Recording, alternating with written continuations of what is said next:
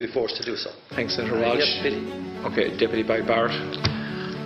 Ambassador, I will say frankly, I'm one of the people who thinks you should be expelled from this country, and I believe that that's nothing to do with you personally.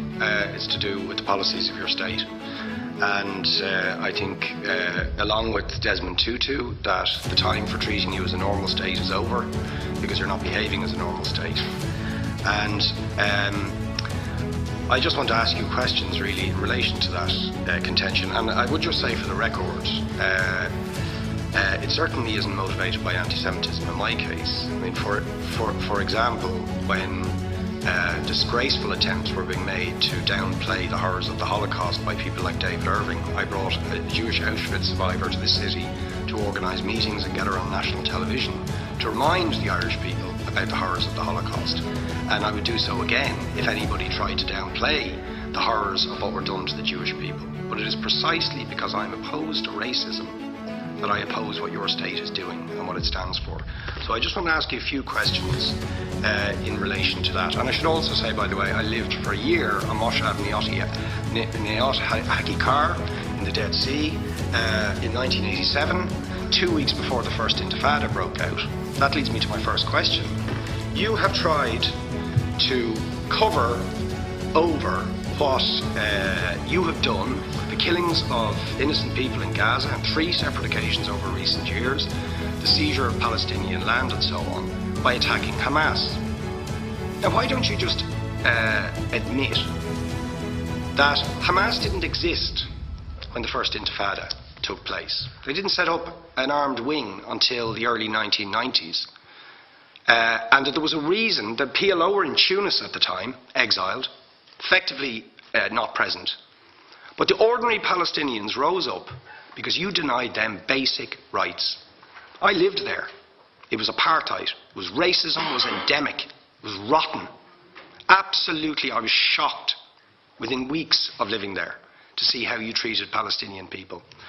And isn't it the fact that the law of return, which is the basic law of the Israeli state, is a racist apartheid law, because it confers rights on Jews that it denies to Palestinians.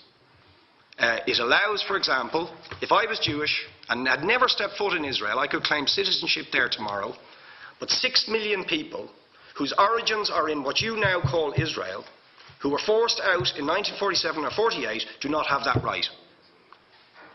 Isn't that part of the reason why the Palestinians are in dispute with Israelis?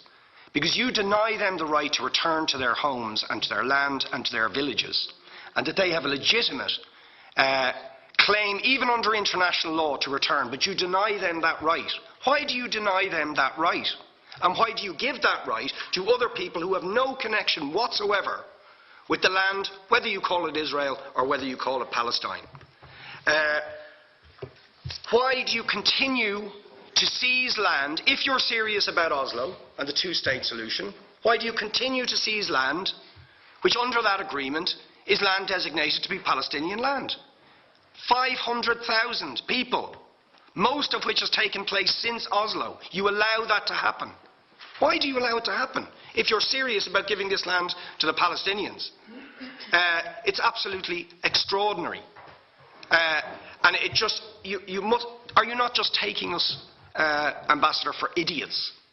That you can say with a straight face, we're serious about peace, but while we're serious about peace, we're going to seize Palestinian land. And you expect the Palestinians to just sit back and do nothing about that. And the world to accept that that is an acceptable way to behave. And you asked earlier on, what could we have some constructive solutions?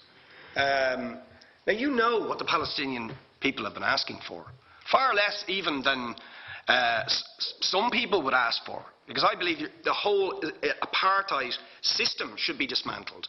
But what they've asked for is to lift the siege of Gaza. Just to lift the siege of Gaza. Let them have an airport. Let them have ports. Let them not be dictated to by a government for whom they do not vote as to what can go in and out of their territories, whether they will have power, whether they will have clean water, whether they will have medicine. What makes you think you're allowed to have nuclear weapons and the 4th biggest army in the world and visit destruction on the people of Gaza But they have no right to defend themselves. They have no territorial sovereignty over that land. Could you ask questions, please? How do you justify that? Yeah. All right. How do you justify those double standards? And very lastly, Ambassador, people like Bishop Tutu, Nelson Mandela, and I would certainly describe your state as a apartheid state, with different laws for people depending on their race or religion.